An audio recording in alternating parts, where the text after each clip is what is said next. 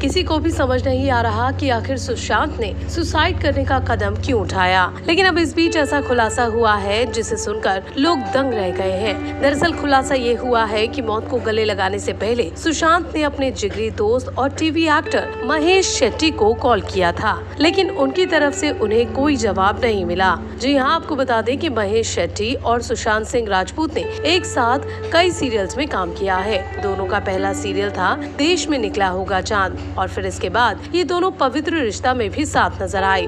कहा जाता है कि इस सीरियल के बाद से ही दोनों के बीच गहरी दोस्ती हो गई थी और मौके मौके पर दोनों एक साथ हैंग आउट भी करते थे। इतना ही नहीं, जब भी सुशांत मुंबई में खुद को अकेला महसूस करते थे तो वो महेश को ही याद करते थे।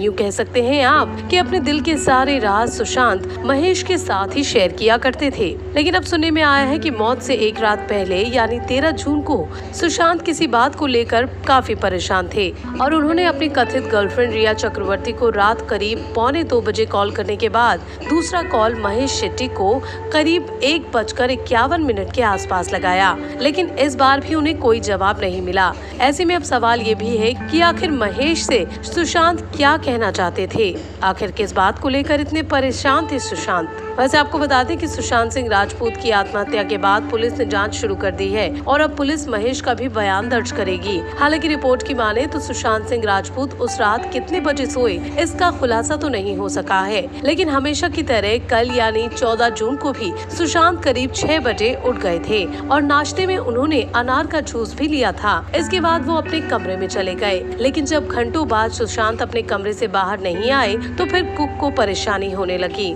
इसके बाद सुशांत के कुक नीरज ने सुशांत की बड़ी बहन को कॉल लगाया, जो कि मुंबई में ही रहती हैं। बहन के आने के बाद जब दरवाजा नहीं खुला तो एक चाबी वाले को बुलाकर उनका दरवाजा खुलवाया गया, लेकिन तब तक काफी देर हो चुकी थी। सुशांत इस दुनिया को अलविदा कह चुके थे। मगर अब सुशांत सिंह राजपूत का इस तरह से चले जाना कई तरह के सवाल तो खड़े कर ही गया है, जिनका जवाब अब पुलिस जाँच के बाद ही सामने आने की उम्मीद है।